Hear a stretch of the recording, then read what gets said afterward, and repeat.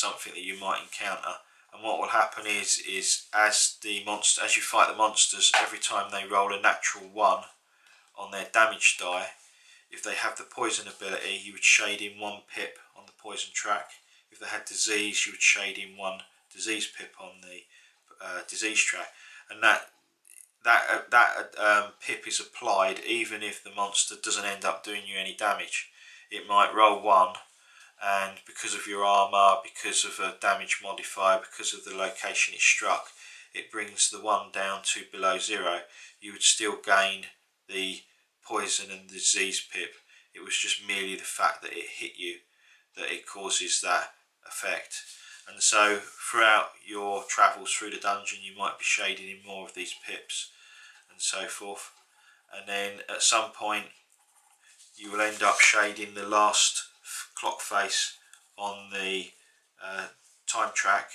And so you've shaded all of these in, and what you would do then is you would refresh this track, and so you would rub out all the shading on that track. First of all, you would have deleted 1 food for that effect there, the food effect. So you would strike off 1 food, rub 1 food out, rub all of them out ready for the next clock face to be shaded. So once you've reached that point, everything is erased, but you do not shade in a new clock face until you're instructed to. It would just be left blank, and then that would trigger the poison effect and the disease effect. So during the game, as you're collecting these pips of poison and disease, you're becoming more and more infected and diseased.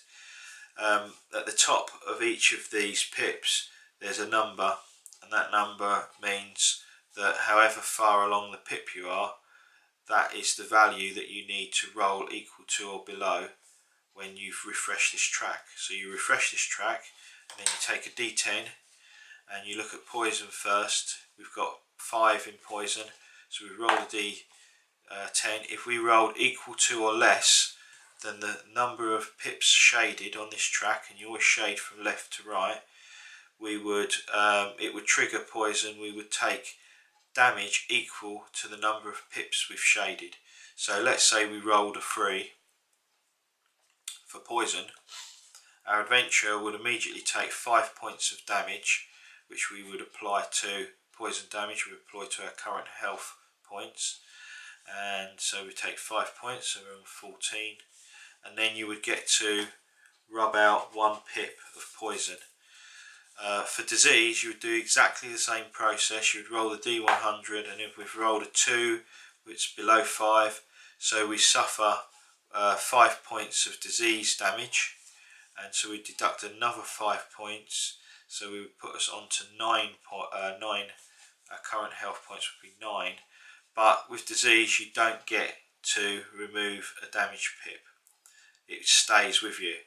So what you can see is happening is poison is gradually weaning itself out of your system, but disease is permanent, and you need to get that healed.